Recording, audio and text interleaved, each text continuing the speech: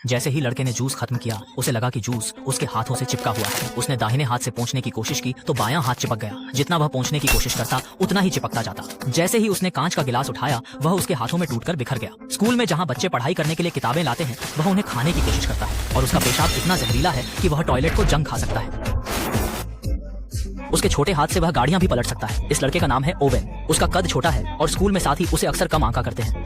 यहाँ तक कि ग्रुप फोटो में भी उसे अपनी तस्वीर ठीक से नजर नहीं आती। फिर भी वह पूरी तरह से मार्वल का फैन है और हर दिन खुद को सुपर हीरो के रूप में दुनिया बचाते हुए कल्पना करता है। एक दिन स्कूल खत्म होने के बाद ओवेन छत पर बैठकर सेब खाते हुए जीवन के बारे में सोच रहा था। तभी उसने देखा कि कुछ शरारती बच्चे एक सहपाठी को परेशान कर रहे हैं। उसने फल का टुकड़ा उनकी तरफ फेंका। पकड़े जाने पर वह भाग निकला, लेकिन उन लड़कों ने उसका पीछा किया। भागते भागते वह एक बगीचे में घुसा, लेकिन अचानक एक चींटी उसके गले पर चढ़ी और डंक मार गई।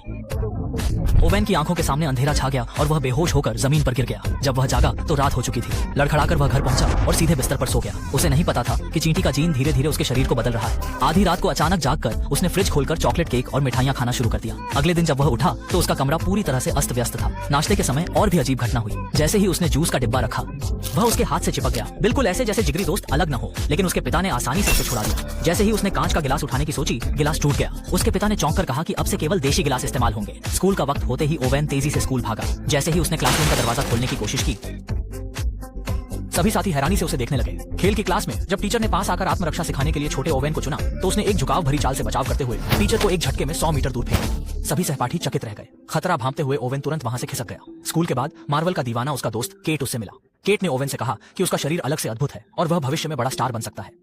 फिर उसने ओवेन को समझाया कि सुपरमैन बनने के लिए सिर्फ एक पोशाक की कमी है। केट को सुपर हीरो की ताकतों का पूरा ज्ञान था और उसके पास अद्वितीय रचनात्मकता भी थी। उसने ओवेन के लिए एक बेहतरीन पोशाक बनाने का आइडिया सोचा।